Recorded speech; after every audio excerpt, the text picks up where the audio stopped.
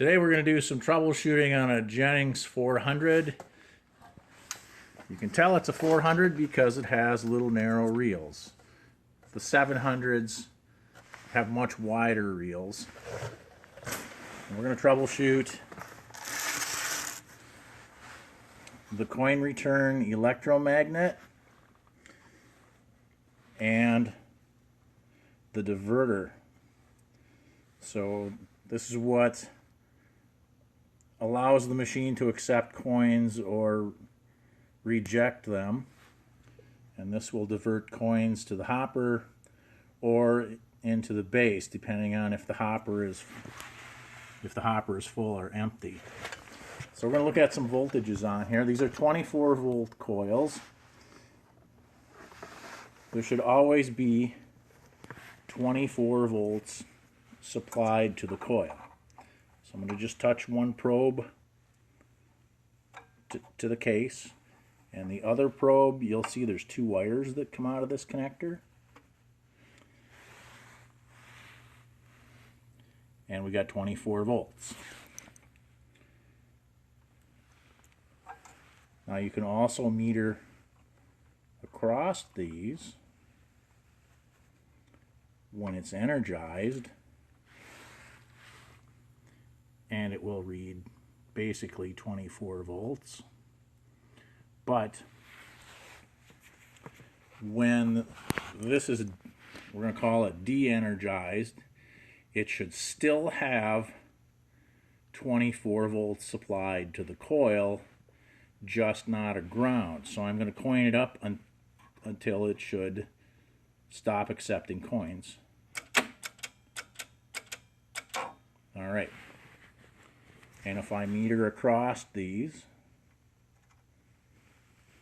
and this is DC I'm metering,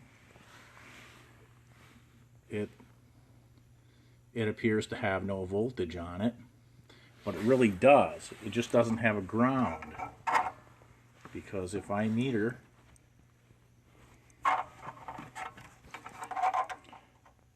from the cabinet to the top wire, this is the hot,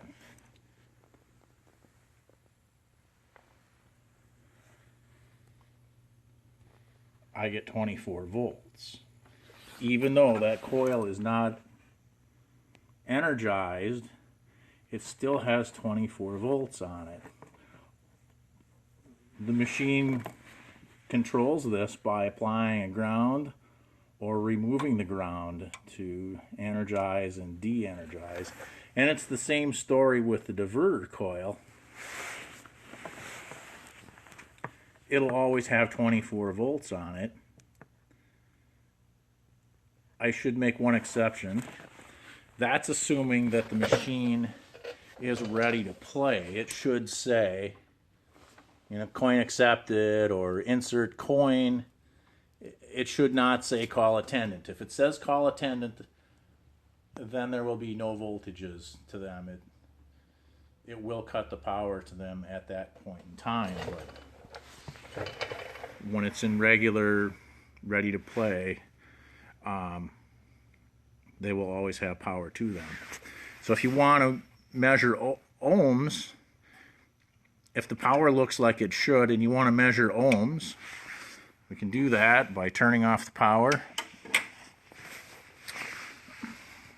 Change the voltmeter from DC to ohms.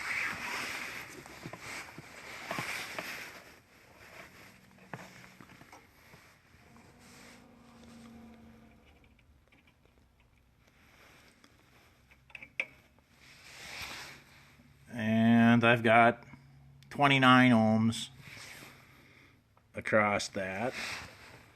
And I'm going to do the same thing on the diverter coil.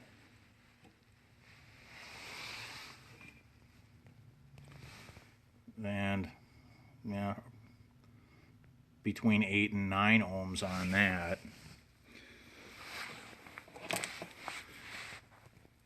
So that's a little bit of advice on troubleshooting the coin return coil and the diverter coil.